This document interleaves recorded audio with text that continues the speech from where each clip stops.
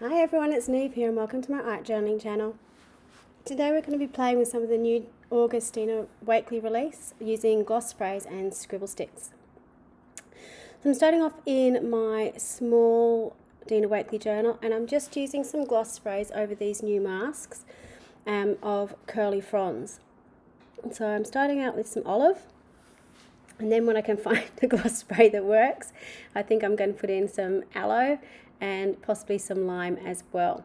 So I'm just spraying over the whole page, and then, oh, I've got some marine, sorry. There you go, couldn't find it.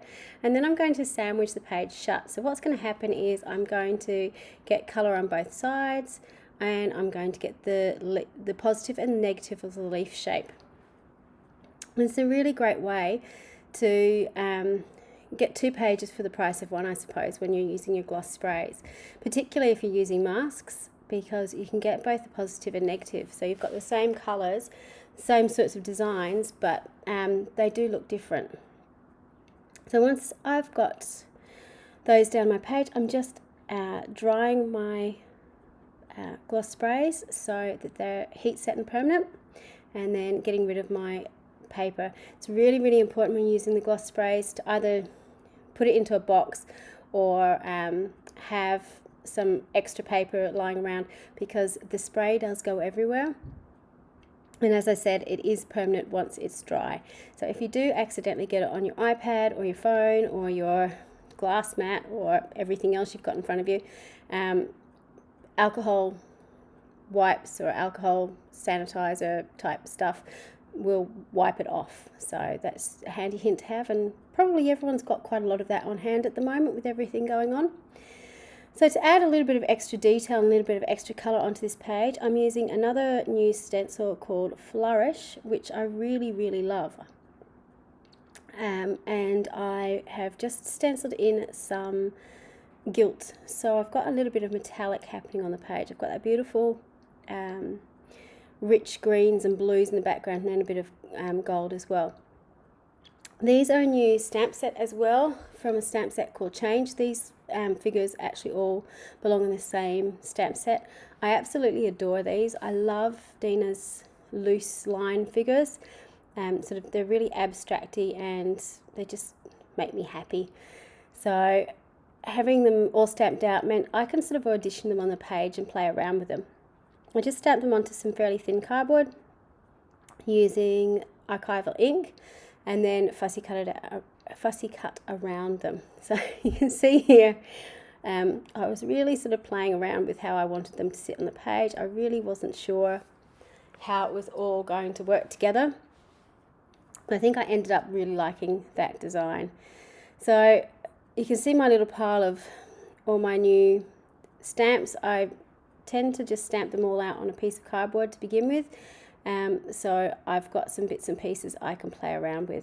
I like the fronds, but I thought it took away too much from what was happening in the background, and made the whole page look a little bit more crowded than it needed to be, which is quite hilarious for me, because as you know, I like to throw everything in the kitchen sink on my pages. So the fact that I didn't want to make it look too busy was a step forward probably.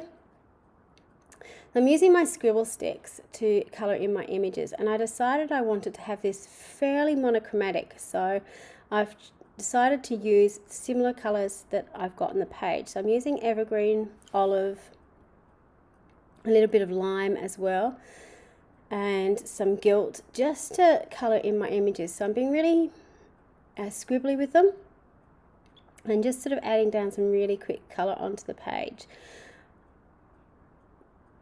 What I'm doing is putting obviously darker colours in the shadow area, so where the lines are, and then blending out with some lighter colours as well. So when you're choosing your colours, kind of pick a dark tone, a mid-tone and a light tone, and you can use that for your highlights and your shadows. So I'm going in with the olive, which is a really unusual colour.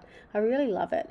It has those beautiful yellow undertones, and depending on how you use it, you can kind of get it looking almost neon on your page. So it's a very handy little colour to have in your pocket.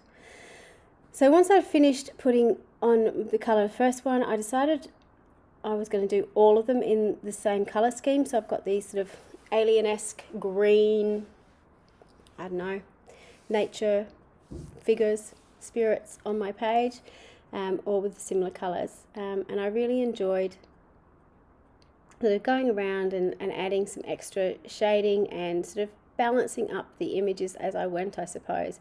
And that's a great thing about doing them all at the same time. You can sort of work between one and the other, see where you need to put extra shading in, see what needs a little bit of reworking, and add to it as you go along.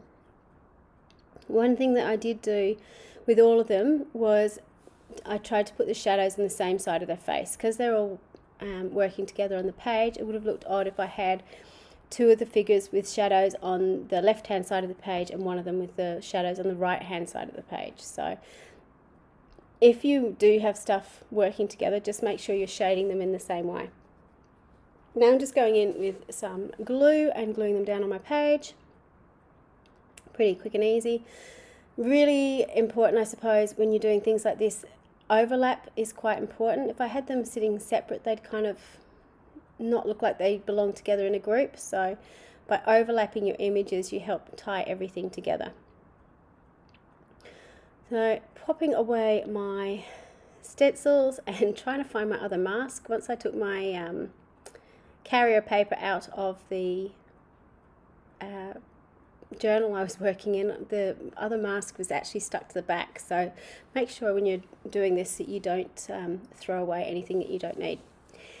The words that I've got from these pages are again from the new stamp sets. And I chose the Be Brave, Be Bold, and You Are Not Alone, because I thought it worked really together with those three images. So I'm just going in and darkening the edges. I really like with cut pieces of paper, and it's something I didn't do with stamped images, which I probably should have, is to either outline them or go around the edges with my black pen or a dark grey pen. And it just sort of gives a little bit of shadow to your cut pieces, but it hides that really stark white cut edge, so it helps to blend it into your background a little bit more. And then I'm going in with my pen, and I decided I wanted to do some journaling in the background. So in my journaling, it was really scribbly, and basically it was all about being together, working together, having people in your life that you could depend on, you know, it doesn't matter what's going on, that you could write about. So the writing is really, really scribbly. It's unreadable. Even if I went back today, I'd really struggle to read it. It's just it's getting it off my mind, because it was obviously bothering me at the time, but it also adds to the texture, and it adds to the background and sort of helps tie it all together. So it's tying both pages together by writing across all of it. Then once I finished doing the writing, I decided to put my title pages over the top. So I've got Be Bold, Be Brave, and You Are Not Alone. With the new You Are Not Alone, I turned that into a little bit of a flag, I suppose. I cut the little triangles out of either end just to make it look a little bit different. And then going around all the shapes with my Stabilo All pencil and adding some extra darkness or shadows with it. And I'm then water activating that to push those figures out from the background. So the Stabilo All pencil is a water activated pencil. It's one of my favorites to use because you can get a really cool shadowed line really, really easily without doing very much work. Just, you know, scribble out the pencil and then water activate it. Because I loved how it worked with the figures, I actually decided to do it on the title pieces as well. So again, just along two edges on the left hand side and on the bottom, just going in, scribbling a little bit of the Stabilo All pencil and then water activating it out. You do need to be a little bit careful when you do this with cardboard pieces, because sometimes when it's water activated, it can sort of soak into the edge. But as you can see here, you really get that bold line that pushes it out from the background. So this is my finished piece. I really loved working on this piece. I loved how the gloss sprays worked in the background with the different overlaps, and I really love those scribbly figures. They're one of my favorites. So They've already been very well used and loved in my stamp collection, and they'll be used in plenty more pages to come, I'm sure. Thank you so much for watching. Until next time, bye for now.